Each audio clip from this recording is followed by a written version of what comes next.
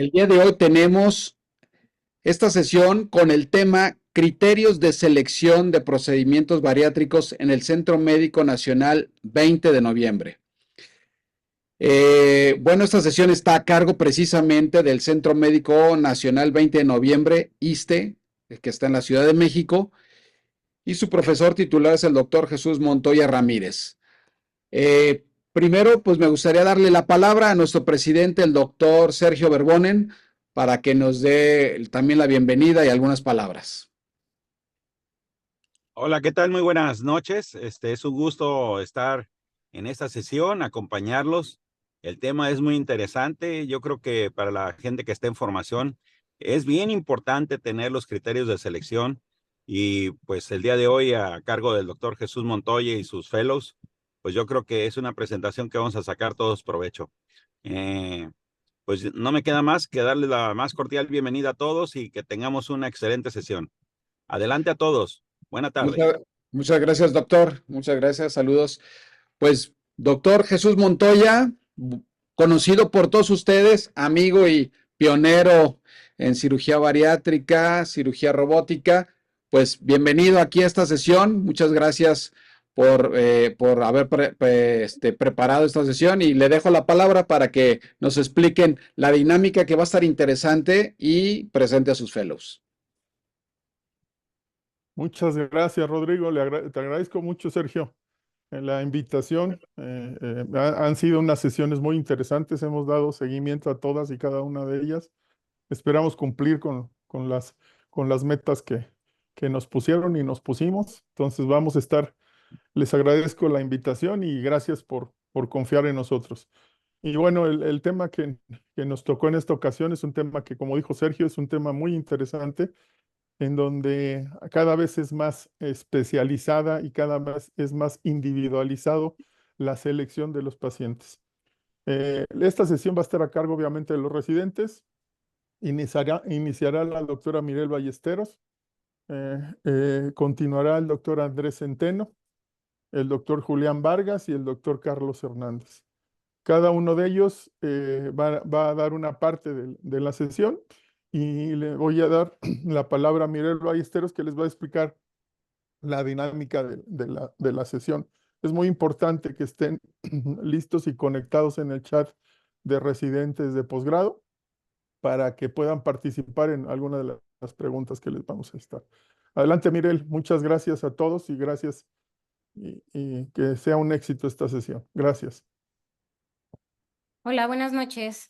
Yo soy la doctora Mirel Ballesteros, fellow de cirugía bariátrica del Centro Médico Nacional 20 de noviembre, y el día de hoy vamos a hablar del tema de criterios de selección de procedimiento bariátrico en el Centro Médico Nacional 20 de noviembre. Para hacer un poquito más dinámica nuestra sesión, se van a hacer una serie de encuestas en el transcurso de esta presentación. Al principio vamos a hablar efectivamente de cómo está conformado nuestro protocolo de evaluación y diagnóstico en el paciente obeso en el hospital, y posteriormente se va a presentar 3 casos clínicos. Se va a hacer la presentación del primer caso clínico y posteriormente en el chat en el que estamos nosotros, los fellows, se va a publicar la encuesta del primer caso para ver qué tipo de procedimiento le harían a ese paciente del caso clínico que vamos a presentar. Inmediatamente les vamos a platicar en porcentaje qué es lo que comentaron, o sea, cuál sería el procedimiento que le van a hacer ustedes en su institución, seguido después de nuestra revisión. Evidentemente, para dar un poquito más, para que quede bien fundamentado el por qué nosotros realizamos ese procedimiento en el paciente del cual les vamos a platicar. Entonces, vamos a dar por iniciado el tema. Entonces, vamos a empezar con el protocolo de evaluación, diagnóstico, tratamiento y seguimiento integral del paciente con obesidad, candidato a cirugía bariátrica. Bueno, primero, pues este protocolo tiene como objetivo la implementación de un proceso que está basado en la norma oficial mexicana 008 de SSA3 de 2017 para la evaluación multidisciplinaria y selección de los pacientes candidatos a cirugía bariátrica. En este, pues obviamente tenemos un conjunto de recursos humanos y técnicos enfocados al tratamiento quirúrgico de la obesidad en el Centro Médico Nacional 20 de noviembre. La captación de las pacientes la hacemos primero, obviamente hay dos maneras en las cuales pueden llegar referidos los pacientes. Una es directamente al Centro Médico Nacional 20 de noviembre y también en las unidades externas a en las cuales echamos mano de la telemedicina y posteriormente pues se genera una solicitud a la cual nosotros conocemos SM117. A final de estos, pues nosotros ya llegando al hospital, se hace la evaluación individualizada de cada uno de estos casos. Ahora, dentro del protocolo de cirugía bariátrica, en la evaluación de los candidatos a realizarse un procedimiento bariátrico, nosotros tomamos en cuenta su llegada, su IMC, la edad, el tiempo de diagnóstico de obesidad.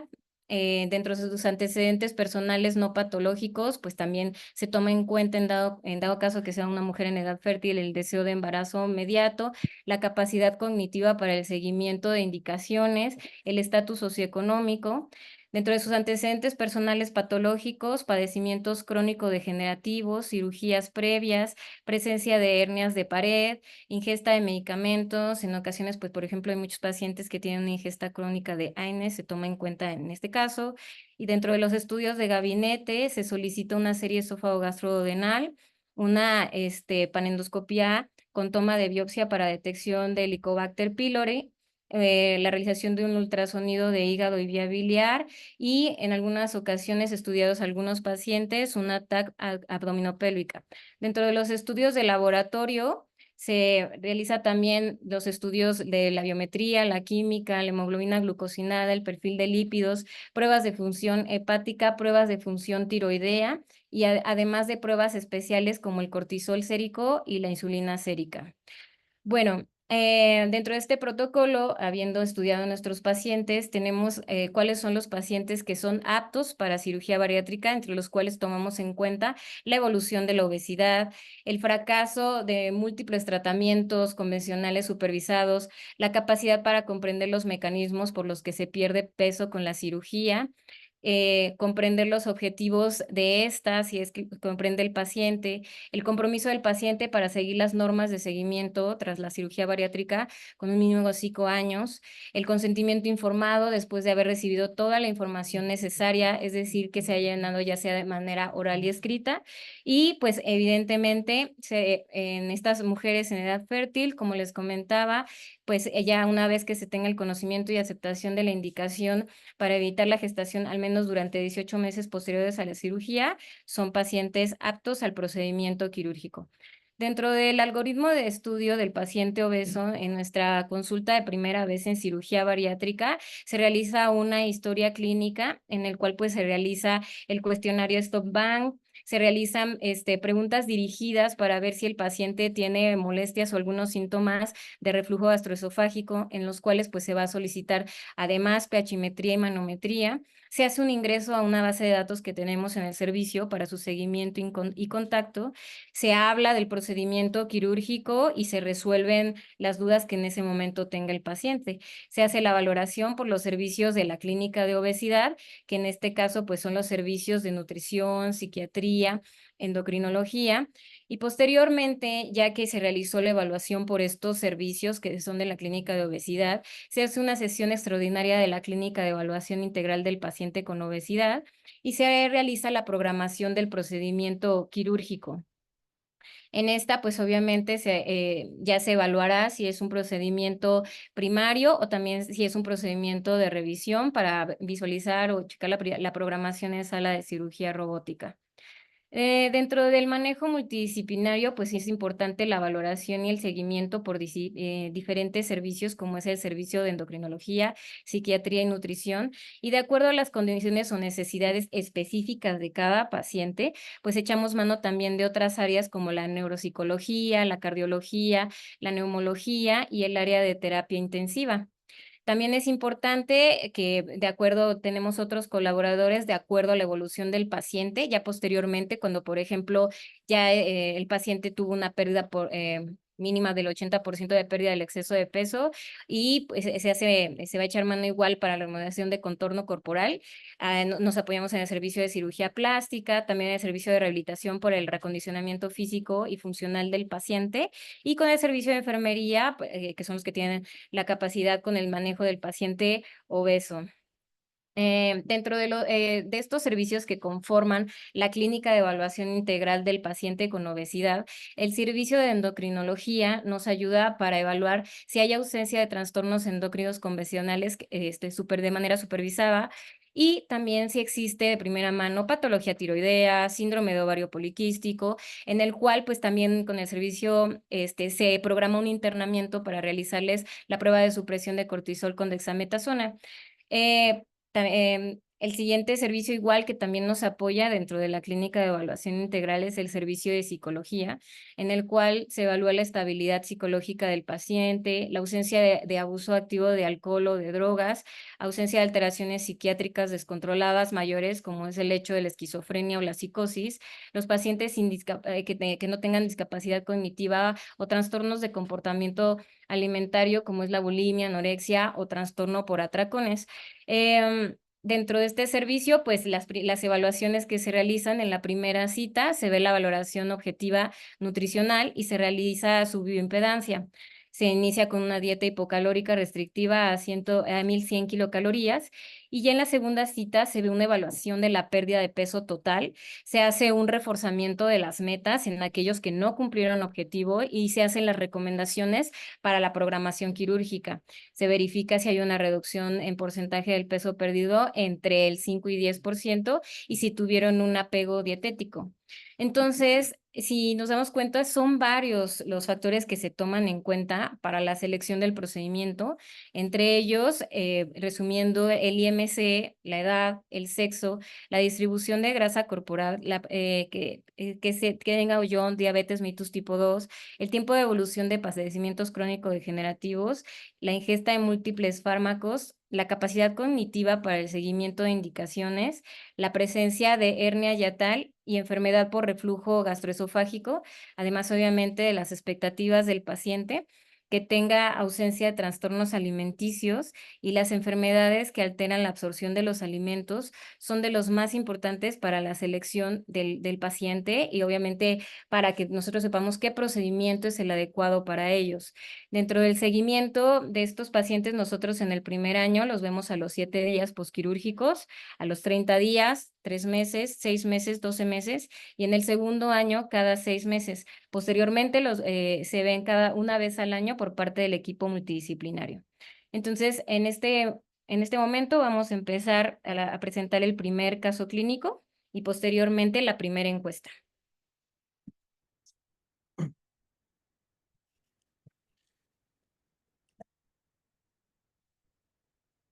Buenas noches, mi nombre es Andrés Centenos. Continuamos con la presentación. Vamos a presentar el primer caso clínico.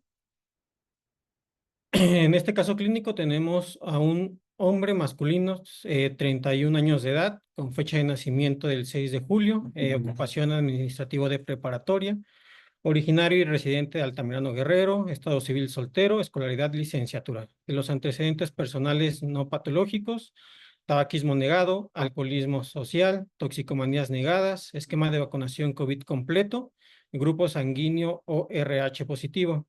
Nosotros, al iniciar en la clínica de cirugía bariátrica, comenzó con un peso inicial de 200 kilogramos y antes de la cirugía con un peso de 184 kilogramos, con una talla de 167 centímetros, con un IMC de 66.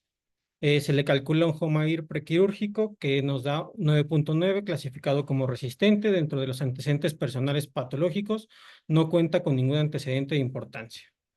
Laboratorios. Dentro de los laboratorios contamos con unos leucocitos de 10, neutrófilos 73%, hemoglobina de 14, hematocrito de 43.5, plaquetas de 227,000, creatinina de 0.7, triglicéridos de 66, HDL de 53, LDL de 94, albúmina 4.5, una hemoglobina glucosilada de 6.11, insulina en ayuno de 40.4, los tiempos normales. Como comentábamos, dentro del protocolo se realizan diferentes estudios de imagen. Dentro de ellos contamos con una serie esófago-gastrodental, la cual nos reporta unión esofagogástrica infradiafragmática, estómago de adecuada distensibilidad, ultrasonido de hígado y vías biliares, esteatosis hepática moderada y lodo biliar. La panendoscopía nos reporta la unión esofagogástrica a 38 centímetros de arcada dentaria con pinzamiento diafragmático a 39 centímetros con vulvoduodenitis. Se toma biopsia, la cual nos reportó posteriormente gastritis crónica superficial leve, inactiva, no atrófica, sin infección por Helicobacter pylori. Aquí la pregunta sería, ¿qué procedimientos seleccionarían en este paciente? Se les va a enviar la encuesta en este momento y vamos a hacer la revisión posterior a los resultados de la encuesta.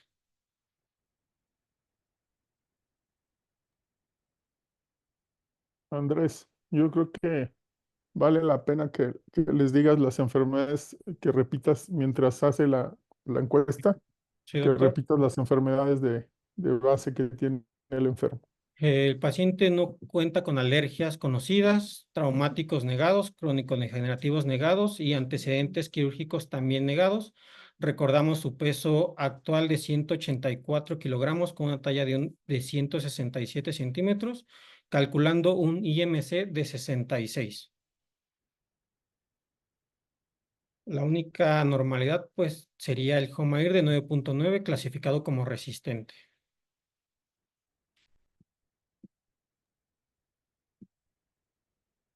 Hay mucha participación.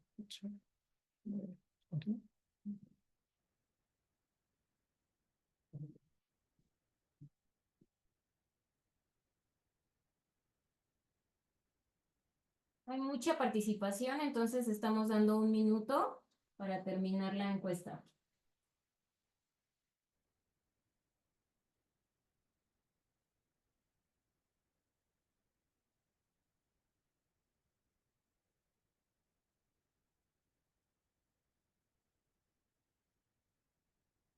Recordar el estudio de imagen, el ultrasonido, esteatosis hepática moderada, únicamente presenta lodo biliar. Y la biopsia reporta gastritis crónica superficial leve.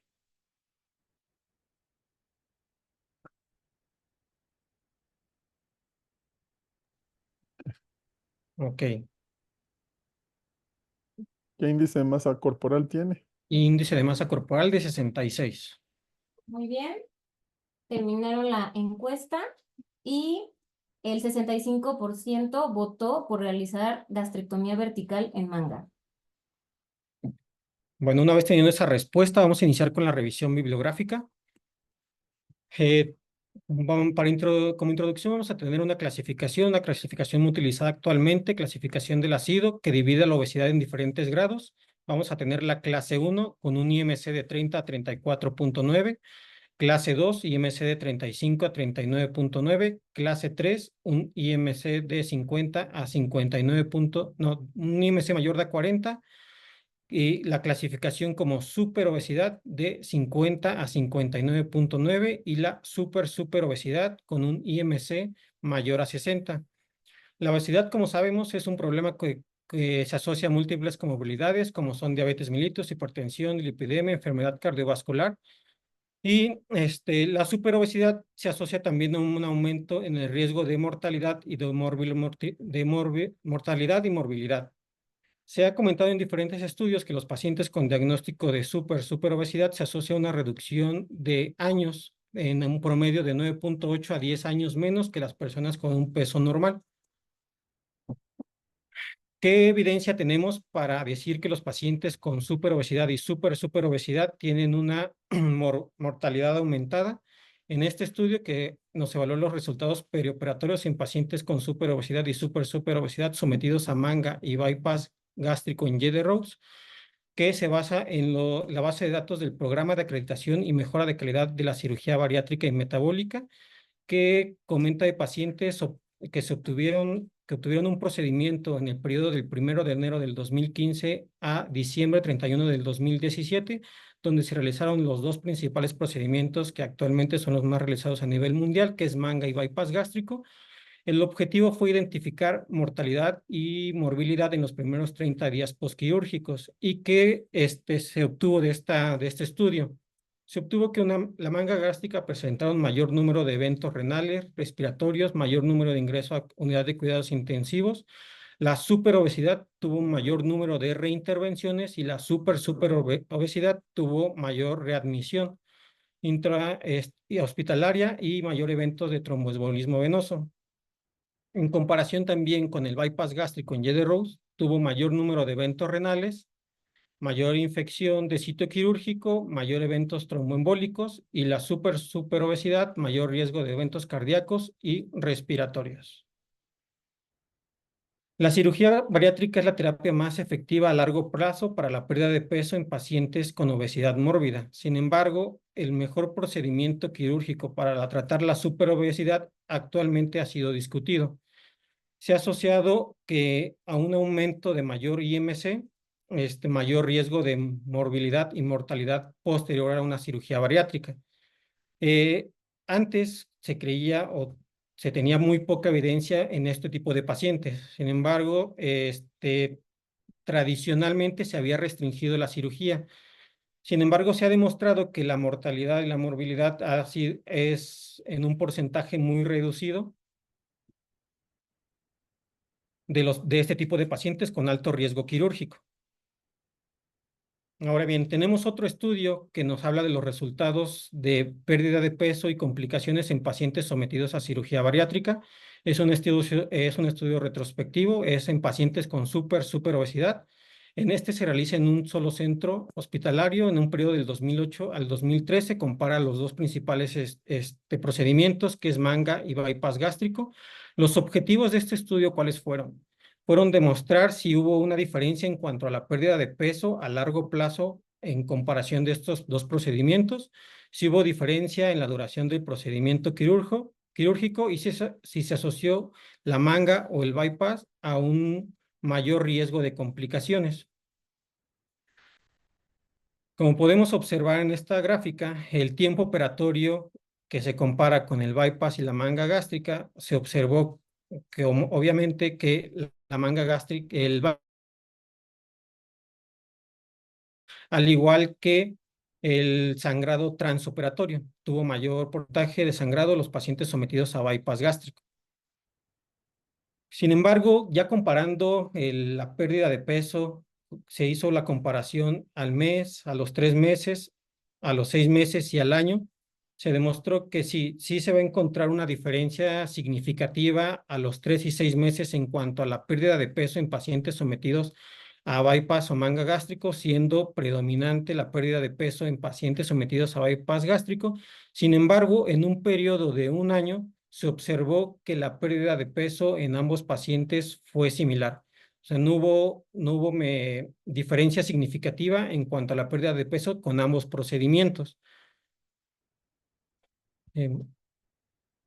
Se observaron altas complicaciones transquirúrgicas, posquirúrgicas en el bypass y bueno, eso es en cuanto a complicaciones posquirúrgicas en bypass y manga. Sin embargo, no hubo diferencia significativa en cuanto a la mortalidad. Otro de las características que también se tomó en cuenta fue identificar si hubo criterios de remisión para diabetes. Se tomó la hemoglobina glucosilada en un inicio prequirúrgico que en promedio fue de 6.2 y posteriormente al año el control, que fue muy diferente, que fue aproximadamente 10% de disminución en el bypass gástrico y 9% de disminución en la manga gástrica. ¿Qué no quiere decir esto? Que a pesar de que un procedimiento es restrictivo y metabólico, no hubo diferencia significativa en la remisión de diabetes. Tenemos otro estudio que es muy importante, que es una revisión sistemática, metaanálisis de pacientes sometidos a bypass gástrico y manga gástrica con diagnóstico de superobesidad. Revisión sistemática, se obtuvieron 16 estudios con un total de 53,858 pacientes. Se obtuvieron resultados de acuerdo al tiempo de seguimiento de 6 meses, 12 meses y 24 meses. A los 6 meses hubo diferencia significativa como el previo estudio. Se obtuvo una media ponderada de porcentaje de exceso de peso perdido en pacientes sometidos a bypass gástrico de 42.82 y de 37.95% en manga gástrica. A los 12 meses igual se obtuvo una diferencia significativa en la pérdida de exceso de peso, el porcentaje de la pérdida de exceso de peso en pacientes sometidos a a bypass gástrico de 59.73 y manga gástrica de 49.34%. Sin embargo, a los 24 meses no hubo diferencia significativa en el porcentaje de exceso perdido en estos pacientes. Como podemos observar en esta gráfica, en los dos primeros puntos, a los 6 meses y a los 12 meses, en Forest Spot, hubo diferencia significativa con tendencia a que el bypass gástrico tuvo una mayor reducción en cuanto al porcentaje de exceso perdido. Sin embargo, a los 24 meses no hubo una diferencia significativa, siendo un P de 0.31. Esto nos quiere decir que ambos procedimientos tuvieron los mismos resultados a largo plazo, aunque sí se evidenció una pérdida de peso aumentada en los pacientes sometidos a bypass gástrico al inicio. A largo plazo se observa que tiene los mismos resultados. ¿Qué se puede concluir de este estudio? Que ambos procedimientos son medidas efectivas para el manejo de la obesidad a corto plazo en pacientes con superobesidad. Sin embargo, la simplicidad de la técnica, en este caso manga gástrica, y la posibilidad de someter a un paciente a una cirugía de revisión que pueden hacerse más sencilla en un segundo tiempo quirúrgico, favorece la opción de pensar en una manga gástrica como primera opción quirúrgica de tratamiento para pacientes con superobesidad y superobesidad.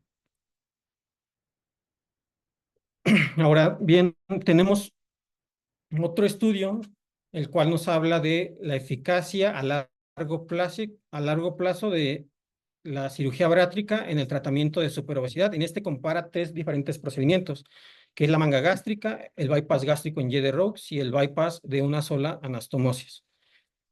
En este estudio podemos observar que el que tuvo menor es un estudio retrospectivo hecho en Taiwán. La cantidad de pacientes fue relativamente muy poca, fue de 498 pacientes.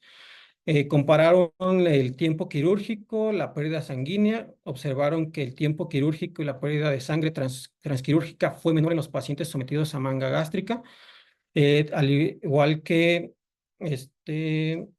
manga gástrica a diferencia del bypass gástrico. Y sin embargo, entre la manga gástrica y el bypass de una sola anastomosis no se obtuvo diferencia significativa en cuanto al tiempo y el sangrado transquirúrgico de estos pacientes.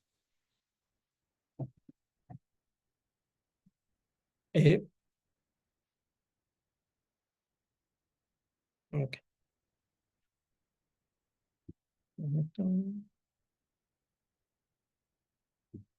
Bueno, aquí podemos observar la evolución de los pacientes sometidos a estos 3 procedimientos quirúrgicos a largo plazo. Se obtiene un periodo de 10 años de seguimiento. Se observa que a los 5 años el porcentaje de exceso de peso perdido en los pacientes a 5 años tuvo un mayor porcentaje de peso perdido en los pacientes sometidos a bypass de una sola anastomosis. Sin embargo, la diferencia entre los 3 procedimientos en cuanto al peso perdido no fue relativamente con una alta diferencia. También en este estudio, bueno, podemos observar que a largo plazo todos estos pacientes tuvieron más o menos los mismos resultados en cuanto a la pérdida de exceso de peso, en la pérdida de peso perdido conforme pasan los años. Otro dato importante que hay que recalcar es si se asocia a resolución de comorbilidades. Esto se hizo a un periodo de 5 años. Se observó que los pacientes sometidos a bypass y manga gástrica, a bypass y de Y de Raux y bypass de una sola anastomosis fueron los que tuvieron mejores resultados en cuanto a la resolución de dislipidemia, hiperglucemia y apnea obstructiva del sueño. Sin embargo, a la resolución de diabetes, los 3 procedimientos en un lapso de 5 años tuvieron el mismo resultado. Los 3 tuvieron un porcentaje de 100% de resolución de diabetes. Otro dato importante que nos comenta este estudio es los criterios de revisión. lo que tuvo mayor porcentaje de revisión fue los pacientes sometidos a bypass gástrico en Yedderrock. Sin embargo, el número de pacientes sometidos a bypass y a bypass gástrico en Yedderrock y a bypass de una sola anastomosis fue muy diferente. En bypass en Yedderrock fue 5 y en bypass de una anastomosis fue 17. Fue una gran diferencia en cuanto a los resultados. Se obtuvo que la principal complicación en los dos fue la desnutrición, la malnutrición proteica. Sin embargo, la manga gástrica tuvo el menor porcentaje de complicaciones. Como conclusión de esta revisión, qué podemos decir? Los procedimientos bariátricos son accesibles en pacientes sometidos a superobesidad y superobesidad, con una mínima mortalidad, depende de los estudios, que puede ser de 0.3 a 0.5%. La gastrectomía vertical en manga presenta los mismos resultados que el bypass gástrico a largo plazo en cuanto a la pérdida de peso. El mayor número de complicaciones que se observa en bypass gástrico, comparando con la pérdida de peso, hay que ver riesgo-beneficio. Es razonable considerar a la manga gástrica por su simplicidad, por su reproductibilidad, por el menor tiempo quirúrgico como la mejor opción de pérdida de peso en pacientes con diagnóstico de superobesidad y superobesidad. Bueno, ahora vamos a continuar con el siguiente caso clínico. Más al rato, si tienen preguntas, vamos a poder resolverlas, pero terminando en el siguiente caso clínico.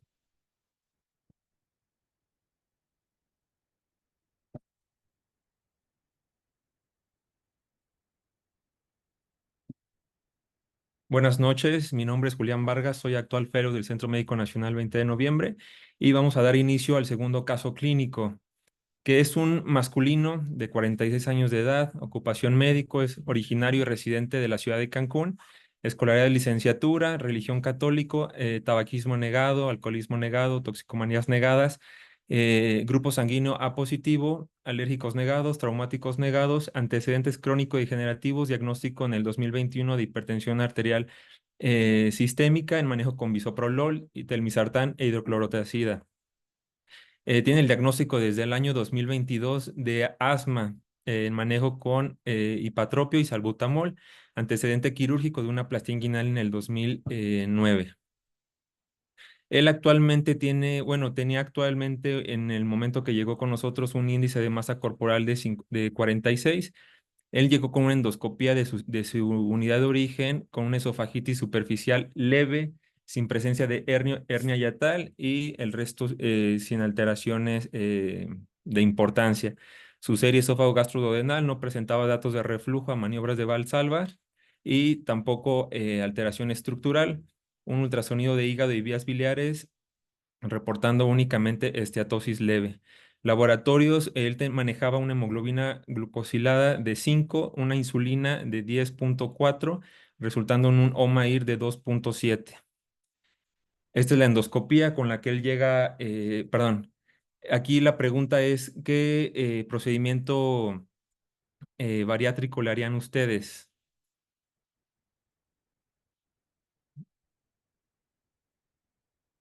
Entonces, si nos hacen favor de poder contestar por medio de WhatsApp. Vuelve a repetirle, Julián, las comorbilidades que tiene el enfermo y los hallazgos que encontraste en el caso. Claro, es antecedentes crónicos degenerativos de hipertensión arterial sistémica diagnosticada en el 2021 en manejo con bisoprolol, telmisartán con hidroclorotiazida, diagnóstico de asma en el 2022 en manejo con hipatropio y salbutamol y quirúrgicos de plastía inguinal. Él cuando llegó con nosotros a la consulta únicamente refería malestar inespecífico, datos de eructos, pero un adecuado control de su asma. Esta es una endoscopia que nosotros le realizamos ya en Centro Médico Nacional 20 de noviembre. ¿Qué hallazgos encontrar? Ajá, él se encontraron una laringe y cuerdas vocales simétricas, movilidad conservada, con fonación, adecuada cooptación de las cuerdas vocales, eritema leve y edema discreto de los aritenoides, un esófago regular de color rosado con adecuada distensión, una esofagitis grado A en la clasificación de Los Ángeles con una cámara gástrica con gastropatía erosiva. A la maniobra de retroflexión se encontró un adecuado cierre un adecuado abrazamiento del endoscopio. Se tomaron biopsias de acuerdo al protocolo de Sydney, encontrando una gastropatía crónica leve de tipo reactiva, sin presencia de atrofia o metaplasia, y él había salido positivo a Helicobacter pylori, que recibió tratamiento de erradicación de manera satisfactoria, comprobándolo con una prueba de aliento.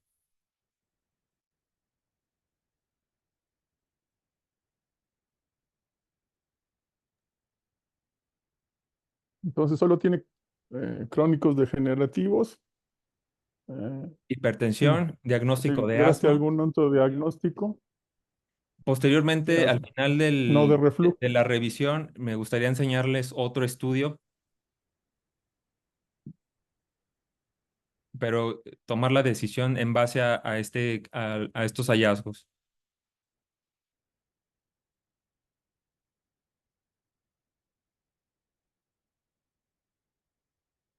Ok. Actualmente, la respuesta fue un bypass gástrico en respuesta 100%. Entonces, vamos a hablar un poco de enfermedad por reflujo gastroesofágico. Vamos a ver la definición que nos dice el Consenso de Montreal, que va a ser una condición que se va a desarrollar cuando el reflujo del contenido gástrico hacia el esófago va a causar eh, síntomas molestos y complicaciones. ¿Por qué es importante en bariatría conocer de este tema? Pues debido a que la prevalencia de esta patología es significativamente más alta en el paciente obeso a comparación del paciente normopeso. Esta prevalencia puede oscilar desde el 40 hasta el 80% dependiendo de la población estudiada o la definición utilizada. Pero hay que mencionar que en el consenso de Lyon 2.0 se utiliza una definición de ERGE donde se requiere evidencia objetiva, ya sea por endoscopía y o monitoreo de reflujo patológico en presencia de síntomas compatibles. Tenemos que tener en cuenta que existe una fuerte relación en la gravedad de los síntomas del ERGE y sus complicaciones con el índice de masa corporal.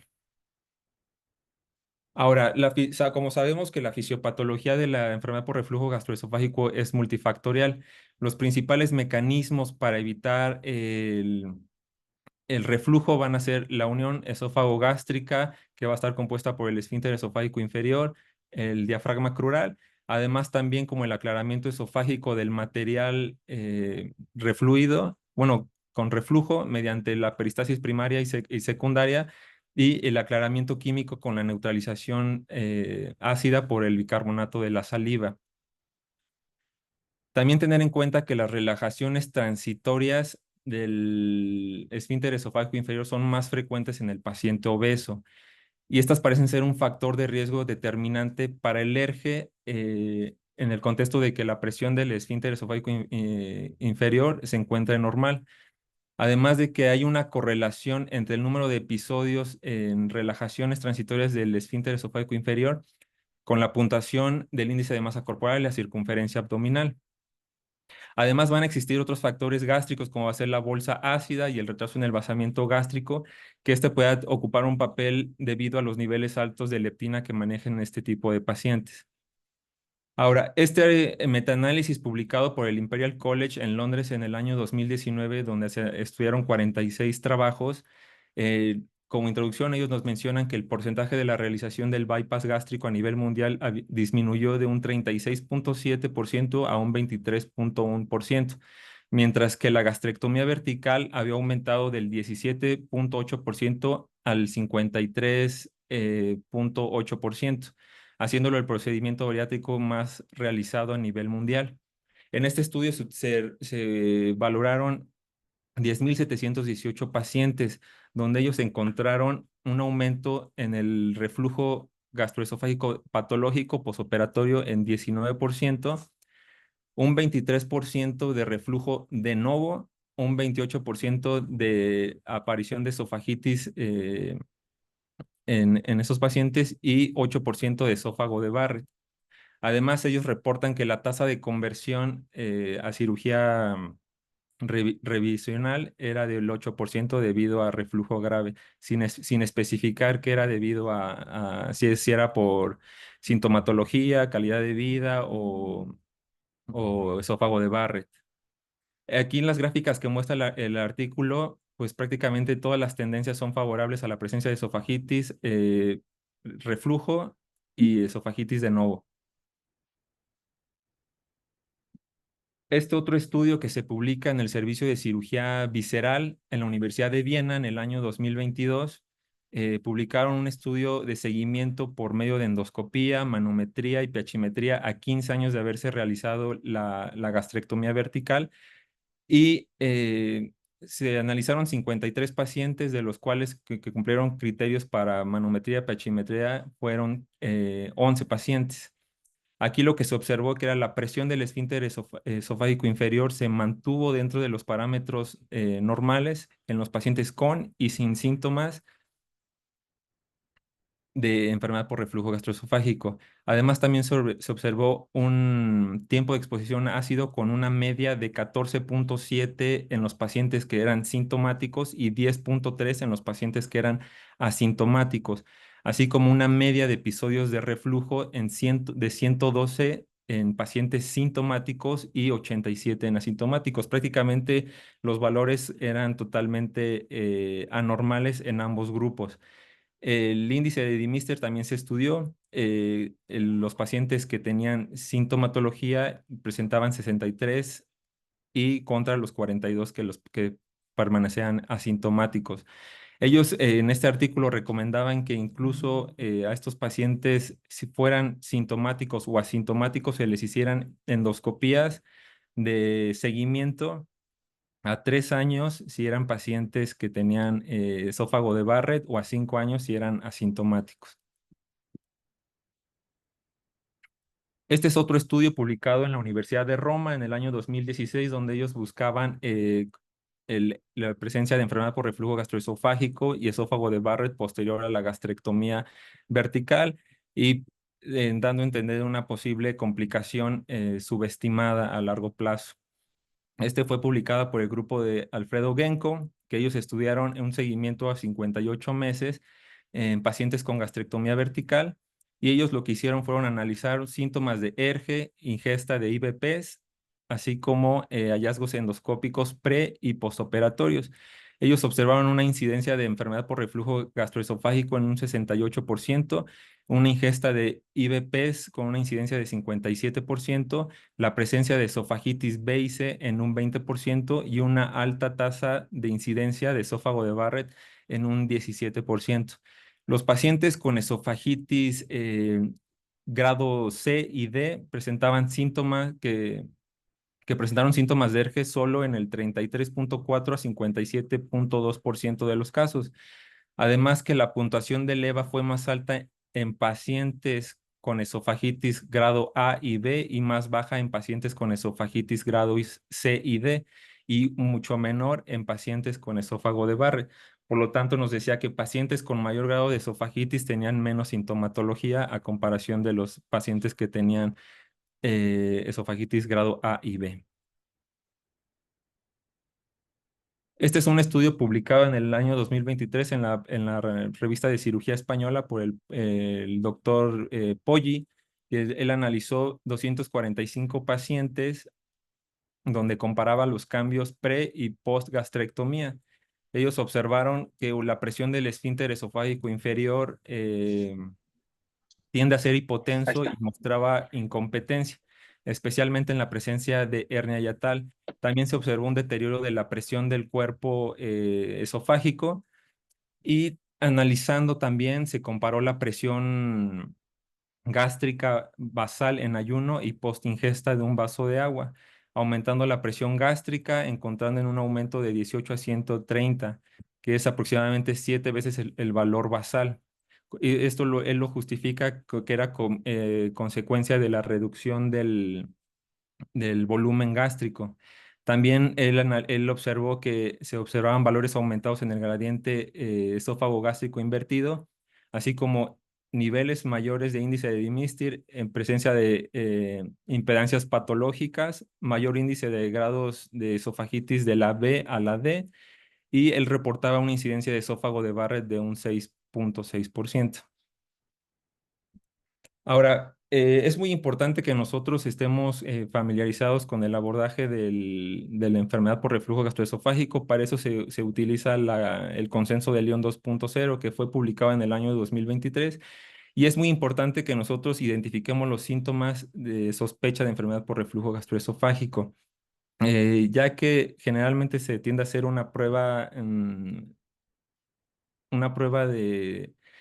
con mejoría con IBPs, pero esta tiene un efecto placebo hasta en un 20%, por lo que lo hace una prueba muy poco específica.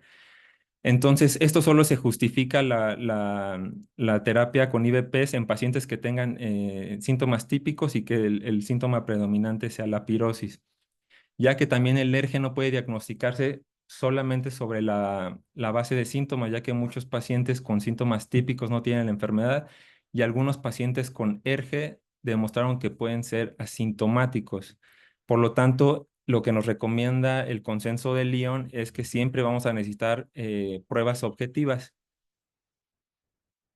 Entonces, como no sé si recuerdan en el caso que el paciente llegó con una endoscopía que reportaba una esofagitis leve. Entonces hay que tener que existe una clasificación global unificada para nosotros hablar de esofagitis, y esta es la clasificación de Los Ángeles. Ese fue el motivo por el cual nosotros decidimos repetir la endoscopía. Previamente, en el primer consenso de Lyon, la esofagitis B no formaba parte del diagnóstico de ERGE, debido a que existe una variabilidad interobservador muy alta entre esofagitis. Entonces, en el consenso de Lyon 2.0 se incluye el AB como parte del diagnóstico de enfermedad por reflujo gastroesofágico, junto con los grados C a D, la presencia de esófago de Barrett o estenosis péptica. Y también tener en cuenta que nosotros no podemos hacer una endoscopía con la presencia de que el paciente esté en manejo médico con IBPs, dado que esa curación se puede dar hasta en el 80%, y entonces la endoscopía puede que ni presente esofagitis o disminuya el grado de esofagitis. ¿Y qué va a pasar cuando tengamos una endoscopía inconclusa, pero que tengamos alta sospecha de enfermedad por reflujo gastroesofágico?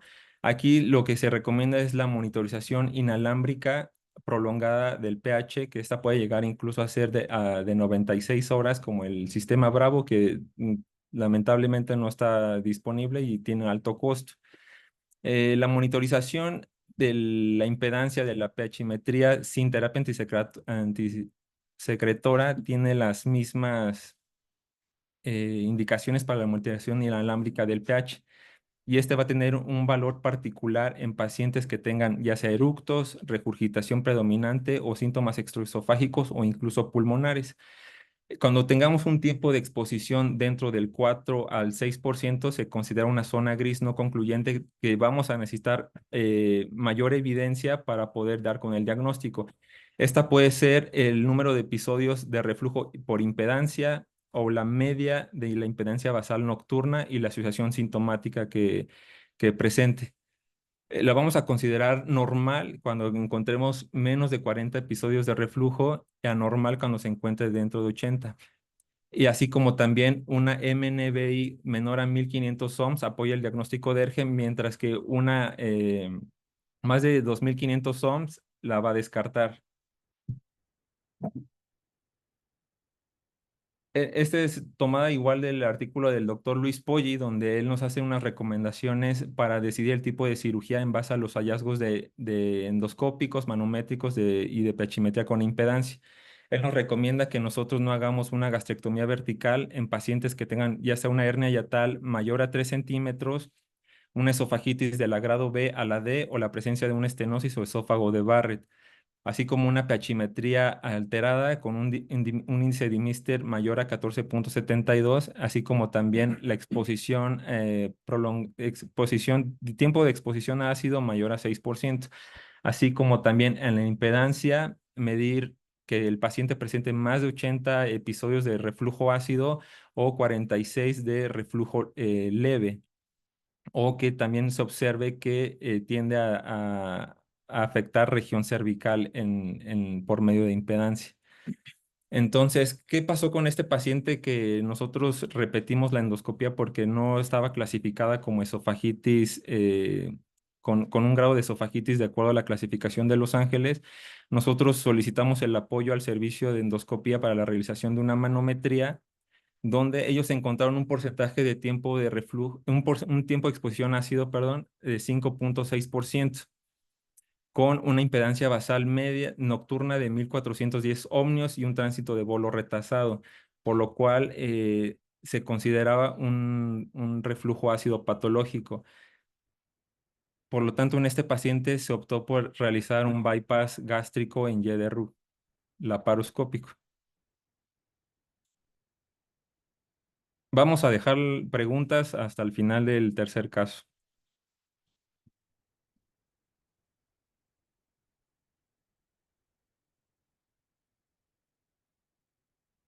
Buenas noches, mi nombre es Carlos Hernández, soy residente de cirugía bariátrica del Centro Médico Nacional 20 de noviembre. Vamos a continuar con el último caso. Se trata de una mujer de 51 años de edad.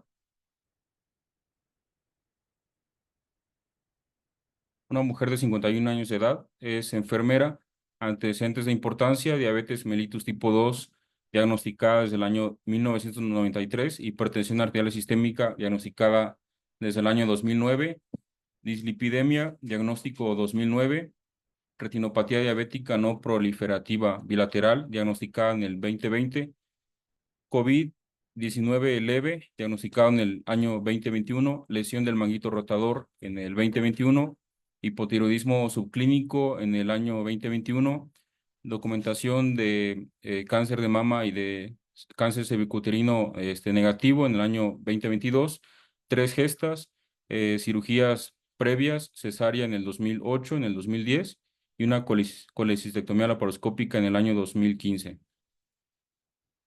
Los medicamentos que consume la paciente o se administra son los siguientes: insulina Lispro, 8 unidades internacionales en la mañana y 36 por la tarde, de NPH, metformina 850 miligramos cada 24 horas, dapaglifosina 10 miligramos cada 24 horas, telmisartán 40 miligramos cada 24 horas, atorvastatina 40 miligramos cada 24 horas y ezetimibe 10 miligramos cada 24 horas.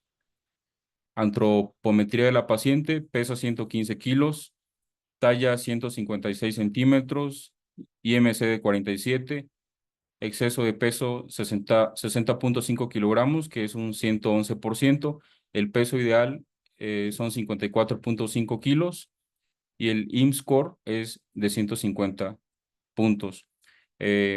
Como parte de la evaluación de la clínica de cirugía bariátrica, solicitamos los siguientes estudios: ultrasonido de hígado y de vías biliares que reporta esteatosis hepática grado 2. Aquí vemos la imagen. Serie esofagogastrodenal de características normales. La unión esofagogástrica está debajo del diafragma, no reporta hernias, por lo demás normal. La panendoscopía gastritis crónica agudizada de cuerpo y antro, la biopsia negativa para Helicobacter pylori, sin esofagitis. La tomografía se la solicitamos por el antecedente de las cirugías. Reportó únicamente cambios posquirúrgicos de la colecistectomía. La paciente fue aprobada por la Clínica de Cirugía Bariátrica, Psiquiatría, Nutrición, Endocrinología y Medicina Interna. Cumplieron los requisitos para su aprobación y fue programada para cirugía. Los exámenes de laboratorio son los siguientes: hemoglobina de 13.5, hematocrito de 41.8%, plaquetas 323,000, leucocitos 8,560, glucosa en ayuno 110, BUN 8.4, creatinina 0.6, urea 18, colesterol 195, triglicéridos 97, TSH 0.6, T3 4, cortisol. La prueba de supresión de cortisol con dexametasona 1.2, cortisol sérico, insulina basal 28.3 y hemoglobina glucosilada 7.4. Y la pregunta es, ¿cuál es el procedimiento bariátrico que ustedes le harían a esta paciente? Les recuerdo nuevamente, la paciente tiene antecedentes de diabetes mellitus tipo 2 desde el año 1993, hipertensión arterial desde el año 2009, dislipidemia, retinopatía diabética, COVID leve, hipotiroidismo, antecedente de 2 cesáreas y una colecistectomía laparoscópica. Los medicamentos: insulina, metformina, dapaglifosina, telmisartán, atorvastatina, ezetimibe. IMC de 47, peso ideal 54.5 kilos, que es un exceso de peso de 60.5 kilos, el 111%. IMSS-score de 150 puntos.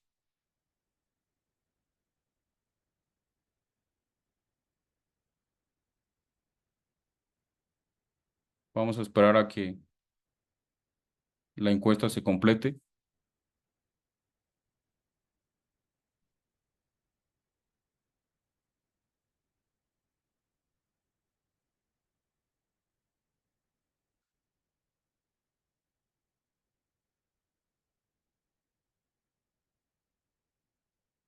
Vamos a dar un minuto más.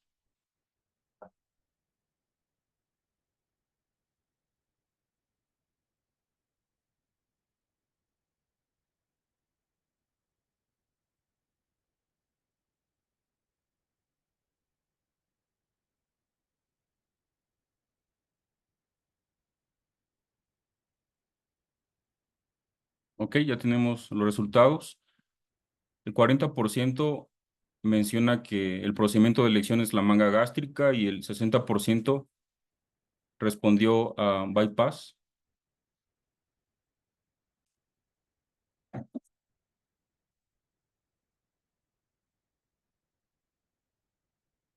Ok.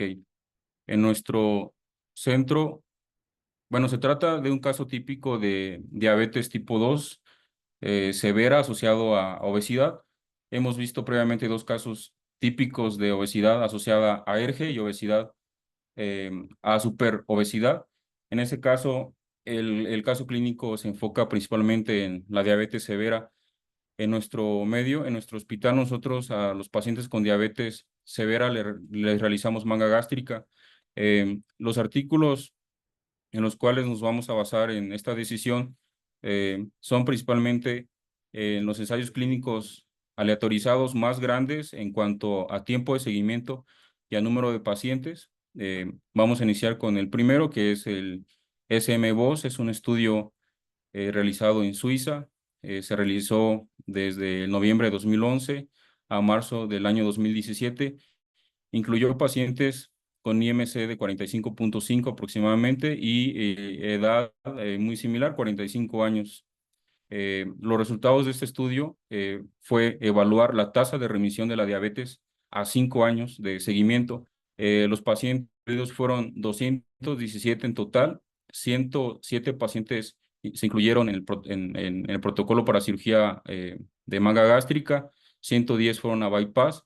La tasa de remisión de diabetes a 5 años en ambos grupos fue 61.5 para manga gástrica y 67.9% para bypass.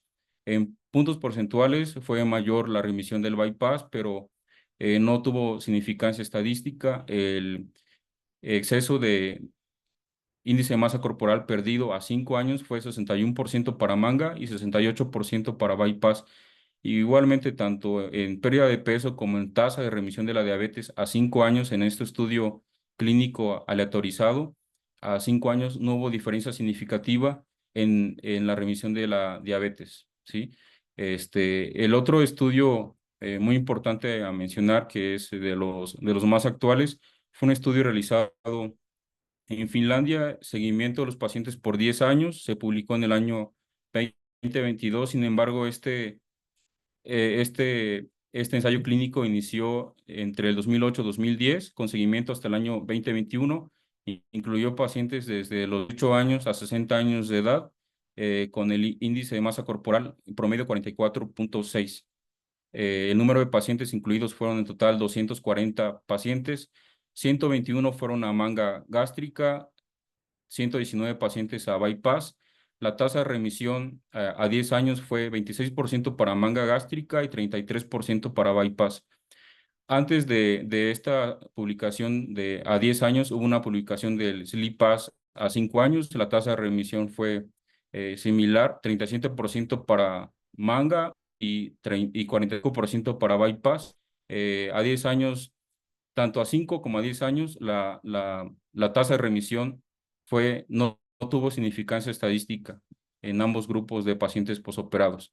El exceso de peso perdido en manga gástrica en bypass fue el siguiente a 10 años, 43.5% en manga y en bypass 50.7%. En puntos porcentuales, la pérdida de peso es mayor para bypass, pero tampoco tuvo significancia estadística. Esos son los ensayos clínicos más importantes que tomamos traer a consideración para esta plática.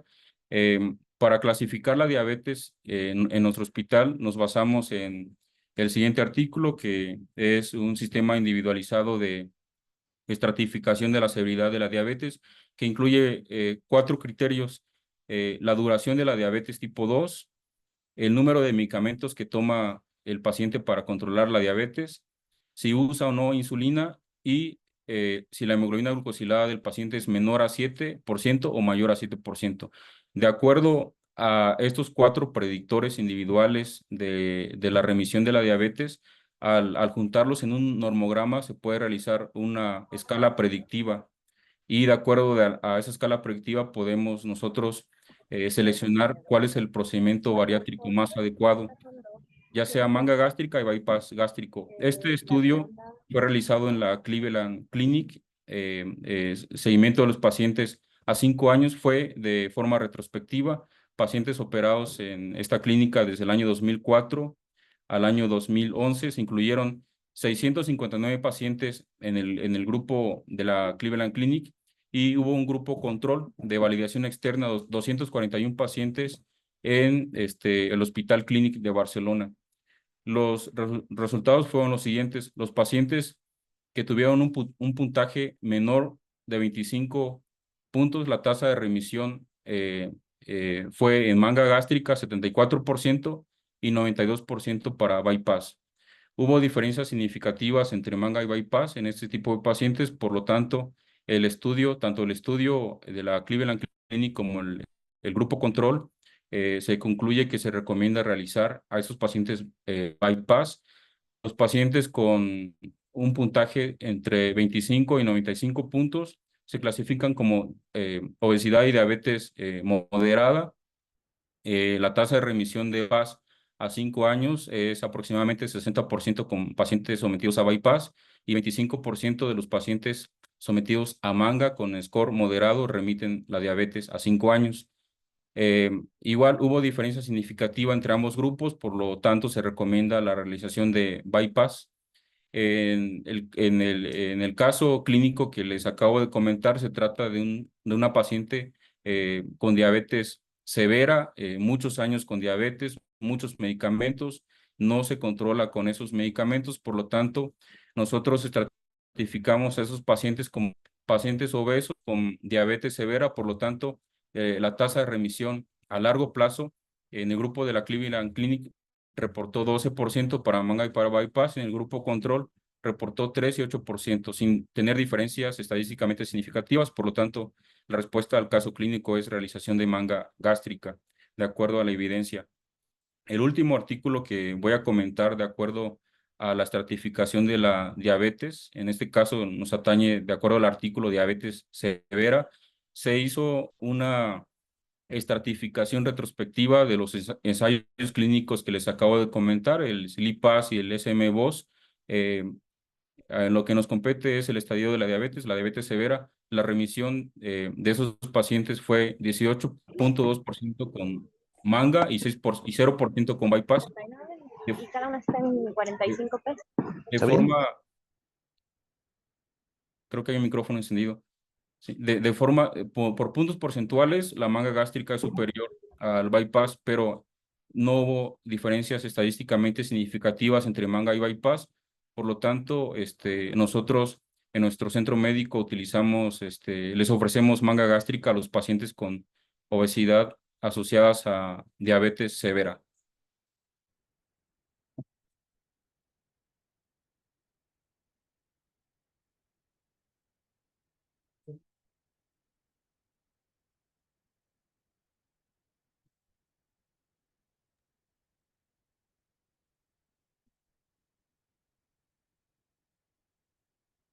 Muy bien, esta fue la presentación de los casos.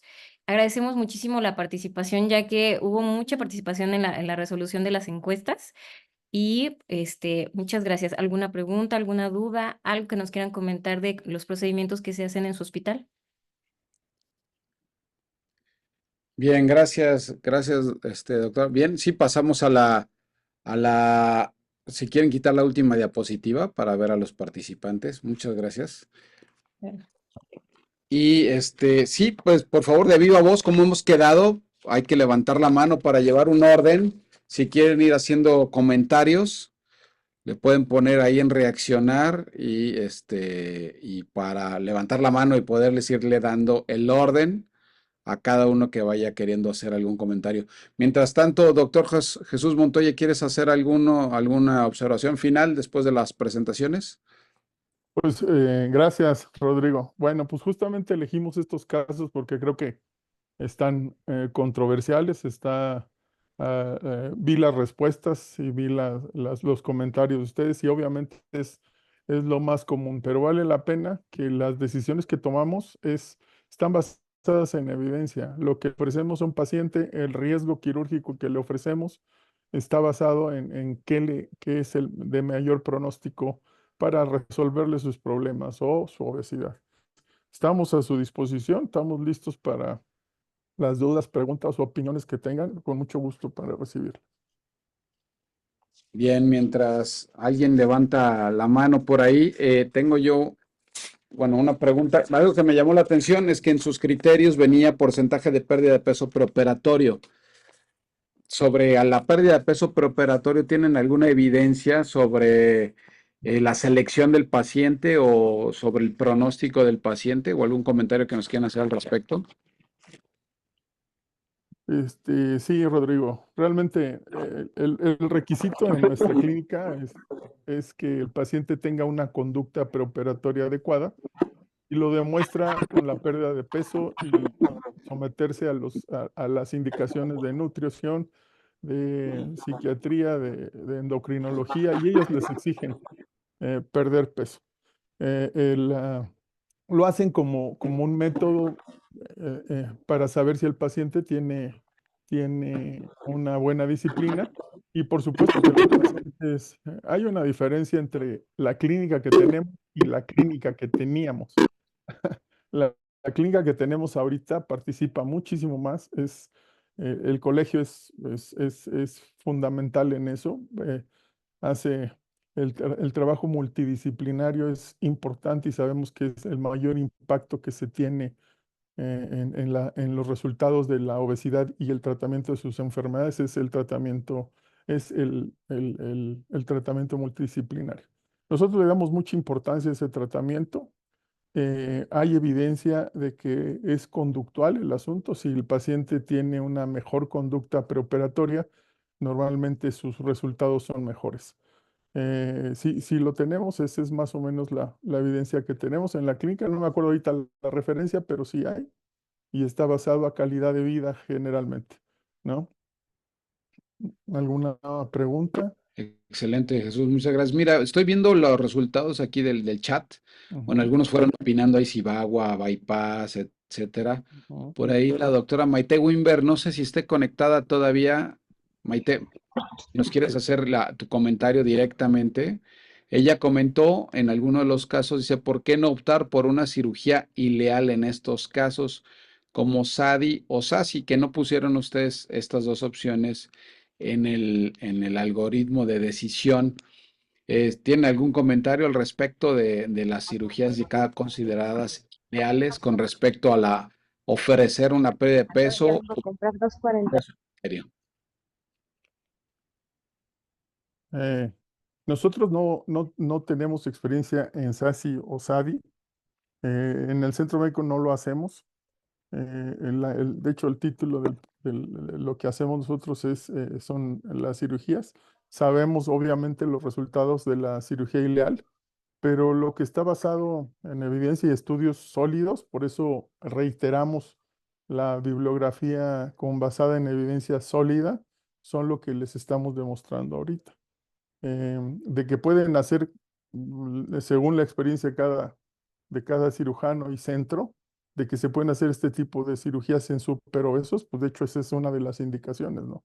Hacerlo en pacientes superobesos, pero ya dependerá del centro, dependerá de la experiencia del cirujano y obviamente cómo lo manejen. La cirugía ileal es una cirugía que hace muchísimos años demostró que era peligrosa, ahorita está en reuso y yo creo que los resultados de la cirugía ileal con respecto, además que obviamente no es para todos los cirujanos, la cirugía ileal es para cirujanos con mayor experiencia, que hayan ya cursado, es mi recomendación, estamos en un foro para eso, no es una cirugía con la cual tienes que empezar.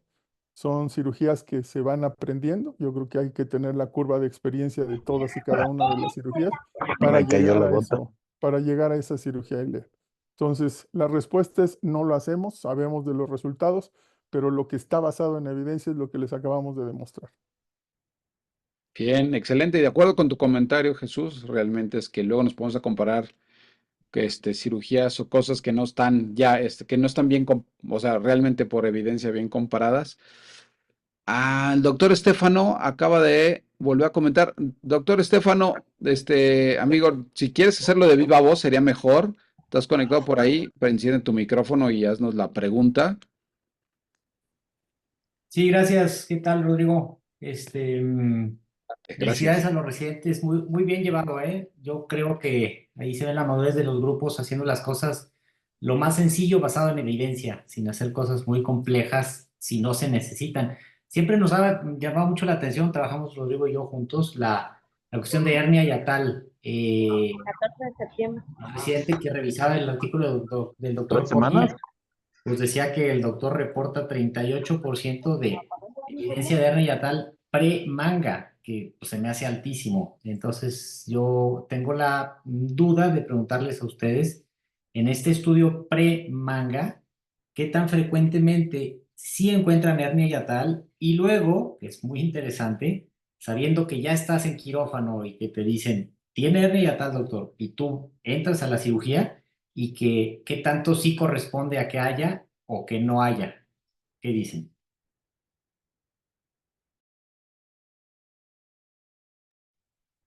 Ahorita lo que pasa es que a nosotros normalmente no nos pasa esto porque, o sea, recordar que es institución, ¿no? Entonces, en la institución nos permitimos hacer estudios, todos los que mostraron ahorita. No hay paciente que entre sin endoscopía, no hay paciente que entre sin serie, no hay paciente que entre sin biopsias. Entonces, difícilmente nos vamos a encontrar una evidencia transoperatoria de este tipo. Cuando sospechamos, como oyeron ahorita en el comentario de Julián que presentó el reflujo, incluso a veces cuando sospechamos por síntomas o algunos datos indirectos de reflujo, los estudiamos completo, Estefan.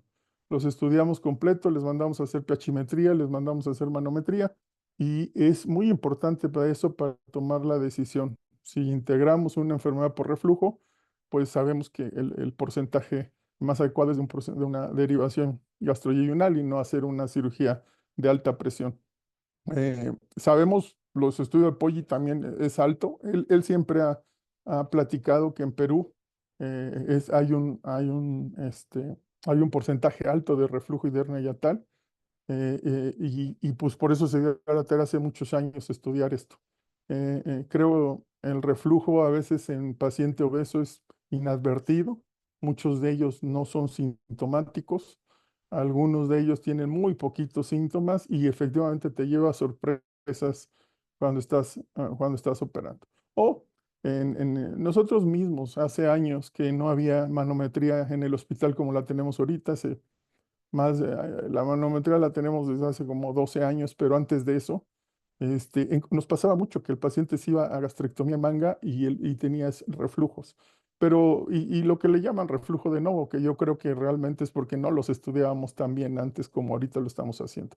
Entonces, yo creo que la decisión debe estar basada, la cirugía en general, la cirugía bariátrica no es una cirugía antirreflujo, pero es una cirugía que se puede recomendar el bypass para los pacientes que tienen reflujo patológico y descartar la manga gástrica en pacientes que tengan enfermedad por reflujo. Yo creo que eso es un comentario básico en esta sesión, que debemos de ser muy cuidadosos, eh, no enredarnos, como dijiste tú, entre los métodos. A veces son sencillos, basta revisar, basta leer, basta evidenciar y a veces puedes tomar la mejor decisión tomando basada en evidencia, que es lo que nos ofrecemos a los pacientes. De hecho, la mejoría de todos los cirujanos que estamos operando ahorita en la actualidad cirugía bariátrica y se ven los exámenes del consejo, cada vez tienen más criterios de selección de los pacientes. El doctor Berbone lo mencionó, escogimos otros criterios de selección porque es un tema verdaderamente apasionante.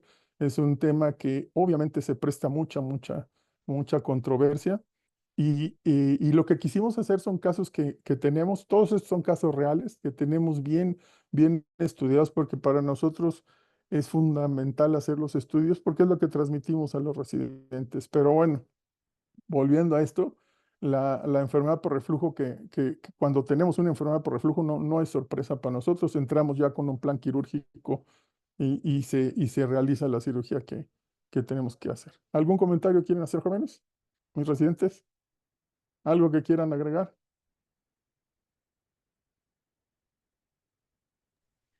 Listo. Sí, doctor. En relación a eso, bueno, parte igual de la evidencia que se establece o que es algo bueno es que evidentemente siempre es bueno echar mano de una relación entre cada uno de los estudios. Entonces, de hecho, hay una publicación hecha en el 2021 en relación al estudio de la hernia en el cual habla preparatoriamente cómo se puede estudiar, cómo se puede medir, cómo se puede evidenciar no para poder evitar hallazgos solamente en el transoperatorio, sino ya estudiándolos previamente, en el cual se ha visto que la endoscopía y la serie esófago-gastrodenal en unión, cada una de las dos, nos puede dar hasta un 95% del diagnóstico de la hernia hiatal en cuanto a su caracterización anatómica. Si a eso le agregamos la manometría, podemos llegar al 100%, o sea que de hecho es el gold standard para poder medir y poder delimitar y caracterizar una hernia yatal. Obviamente es importante, pues sí, recalcar que tal vez no en todos lados, no en todos los centros se pueda contar con todos estos estudios, pero que si se pueden tener y se echa mano de ellos, se puede caracterizar de mejor manera a un paciente para evitar, por ejemplo, encontrarlos hasta el momento en que se pueda operar al paciente. Sí, algunas de las sesiones anteriores, no recuerdo cuál, pero se estaba hablando de que si se podía medir por endoscopía una hernia yatal y se decía que 2 centímetros, 3 centímetros. La verdad que por endoscopía es muy difícil, pero lo que estamos haciendo nosotros es manométricamente lo están haciendo, así nos reportan en manometría y nos reportan y las diferencias entre el pinzamiento y la unión nos da el deslizamiento de la hernia yatal. Cuando son hernias muy pequeñas, asintomáticas, no nos cambian nuestro protocolo de cirugía, pero si son, obviamente, al enfermedad por reflujo, pues por supuesto que es modificada la conducta, ¿no? Entonces, nosotros hacemos YDRU y somos un centro pues de alto volumen y de referencia a nivel nacional. Entonces, nosotros nos ha tocado ver lo bueno y lo malo de muchos procedimientos y pues decidimos que en este momento hacemos la Y, básicamente. Son pacientes, además lo que nosotros hacemos se nos devuelve porque no hay manera de mandarlo a otro lado, somos tercer nivel, ¿no? Entonces no hay manera de hacerlo. Entonces les damos un seguimiento muy estrecho. No hemos querido agregar otros procedimientos porque estamos con estudios de años atrás, ya llevamos casi 15 años haciendo procedimientos muy similares para ver si podemos sacar publicaciones con un alto impacto. Por eso lo estamos haciendo así y estamos trabajando en ello. Pero bueno, no sé si quedó su duda, su pregunta. Estefano, ¿o quieres que te agregue algo más? No, súper bien, Jesús. Felicitarlos y muchas gracias. La hernia es todo un tema, por eso mi pregunta. Muchas gracias y felicidades. Qué gusto saludarte. Además, tienes una biblioteca muy bonita atrás de ti. Gracias, gracias. Perfecto. No, pues te agradezco mucho. Le agradezco mucho. Realmente lo que queríamos nosotros es impactar sobre los residentes y darle importancia. Ya hablamos de obviamente superobesidad. ¿Cuál es la mejor cirugía? Había comentarios de que la cirugía ileal, por ejemplo, el VAWA, todos esos tienen, pero lo que está realmente basado en evidencia es que los resultados de la primera cirugía que se le realiza a un paciente súper obeso, no es la que le brinda el éxito hasta llegar a su peso ideal. Entonces, por eso nosotros en el hospital lo hacemos con la intención de que lleguen, pero si no llegan a su peso saludable, tenemos la opción de hacer un segundo procedimiento. No sé que en todos lados no es igual, pero nosotros sí lo podemos hacer. La otra es que quería darle importancia al comentario del IMSS Score. A tratar un paciente con enfermedad, con diabetes severa, basado en los resultados del IMSS Score, ofrece realmente los mismos resultados si le haces una u otra y se complican más si les haces procedimientos más complejos. Entonces, darle, darle al paciente lo que necesita, hacer un estudio muy individualizado para decidir qué le toca a cada paciente, y por eso les estamos dando todos los armamentos que nosotros tenemos y todo lo que nosotros revisamos para transmitírselo a todos ustedes, y que muchos de ellos seguramente en sus centros lo hacen, pero queríamos nosotros reiterar esto que estamos haciendo, proponérselos, y obviamente estamos aquí para continuar con sus dudas si es que hay más. Adelante. Muchas gracias, Jesús. Ha sido de verdad que una sesión bastante amplia, buena, con 3 casos y exponiendo con evidencia los criterios de selección. Yo creo que vamos ya sobre tiempo. De hecho, nos hemos pasado algo ya de tiempo. Hay una pregunta que me llamó la atención, que viene aquí, doctora Suárez, dice, en el primer caso clínico, aparte la manga, ¿le haría en el mismo tiempo quirúrgico una colecistectomía debido al barro biliar? Se me hace que es muy importante responder esta pregunta para los fellows. Entonces la dejaremos como la última pregunta a responder antes de ya despedirnos para guardar siempre el margen de tiempos de las sesiones. Y pues adelante, ¿no? ¿Con qué consideran ustedes como Centro Médico Nacional hacer colecistectomía concomitante, y en qué casos sí y en qué casos no? Adelante. Eh, ¿Quieren responder ustedes? Sí, Sí, doctor. A ver. bueno, dentro de la evidencia, o sea, sí hay reportes, estudios clínicos que sí demuestran la comparación si se hace la colecistectomía antes, durante o después de la cirugía bariátrica. Sin embargo, nosotros nada más en nuestro centro lo que realizamos es, si el paciente presenta datos de agudización, se hace la cirugía en el momento de que presenta el cuadro clínico. Sin embargo, si encontramos unos hallazgos como es presencia de lodo biliar o litos en el interior de la vesícula, no hacemos el procedimiento en el mismo tiempo quirúrgico, porque aumentamos el riesgo de que se pueda complicar el paciente o aumentar la mortalidad al tener dos procedimientos en una misma cirugía. Lo que nosotros realizamos es, si se identifica ese tipo de hallazgo, es realizar el procedimiento bariátrico y posteriormente que se realice el procedimiento de la colecistectomía. Eh, elevar el riesgo, primero, obviamente el lodo biliar no es quitar una vesícula. Eso yo creo que es fundamental, doctora. Lo que aquí es, cada cirugía tiene una indicación. Entonces, si estás operando a un paciente que es por obesidad y tiene como hallazgo lodo biliar, pues la propuesta para nosotros sería primero estudiarle a ver si no tiene una disinesia vesicular. Si sí lo tuviera, generalmente lo resolvemos antes de la cirugía bariátrica porque como nos tardamos un poquito en que el paciente sea operado, nos da la oportunidad para eso. Si no tiene disinesia vesicular y no tiene, no tendrías por qué operarlo solo por el hallazgo de lodo biliar. Mi recomendación es que no lo hagas. Tenemos nosotros un caso hace reciente donde se le practicó una bypass gástrico y se le hizo una colecistectomía y a la paciente actualmente tiene una disrupción de la vía biliar. Está en rehabilitación. La tenemos le tuvimos que hacer una gastro muy pequeñita, suficiente para poder ingresar el endoscopio y que le hagan la rehabilitación de la vía biliar. Y lo hizo en método particular y era donde se ofrecen procedimientos mixtos. Mi recomendación es que no lo hagan y que especialmente si hay patología vesicular, pues que se atienda, por supuesto. No se debe dejar, pero mi recomendación es lo que le estoy comentando. No lo hagan en el mismo tiempo, le aumenta riesgos. Sé que hay centros que lo hacen, depende mucho la experiencia del centro.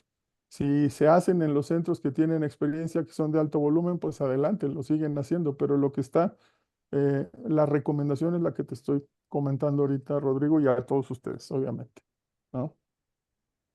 Excelente, Jesús, de acuerdísimo. Pues bien, último comentario por parte tuya de los residentes para darle luego la palabra al doctor Sergio y nos dé la despedida si hay algún anuncio.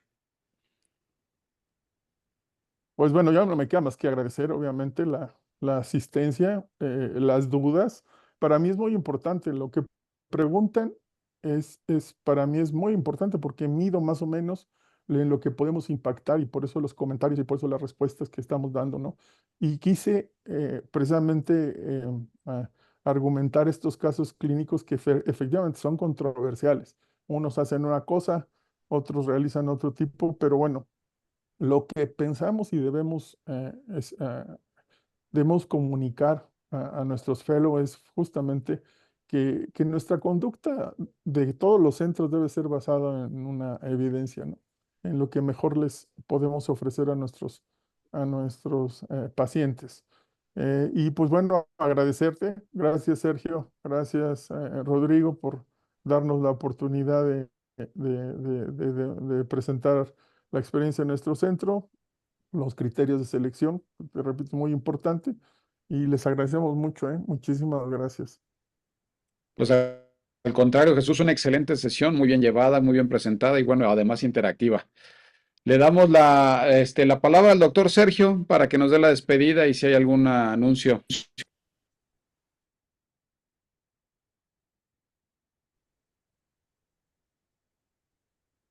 A esta participación, yo creo que los que se conectaron, que espero hayan sido la mayoría, es una buena sesión porque norma criterios, norma conductas para que ellos vayan ahorita, están en formación, queremos que salgan mejor y esta plática de hoy es sumamente importante, como lo comenté al principio. Yo creo que debemos seguir haciendo lo que es evidente. Todos los protocolos son buenos llevarlos a cabo.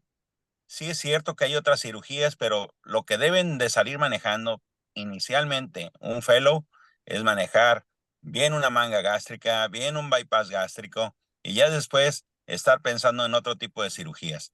Para eso tendrán más años para formarlo, para hacerlo y tomar una conducta personal. Yo los felicito al grupo que presentó el día de hoy. A ti, Rodrigo, que has estado muy atento, que llevas muy bien las sesiones. Mi respeto y admiración como siempre. Y a todos les deseo muy buena noche. Y a los que van a Australia, que la pasen muy bien. Realmente creo que son muy pocos los que van a ir. Espero que tengan una buena experiencia por allá. Y luego pues ya después comentaremos qué hubo en Melbourne. Buenas noches. Buenas noches. Buenas noches. Saludos a todos, muchas gracias. Buenas noches.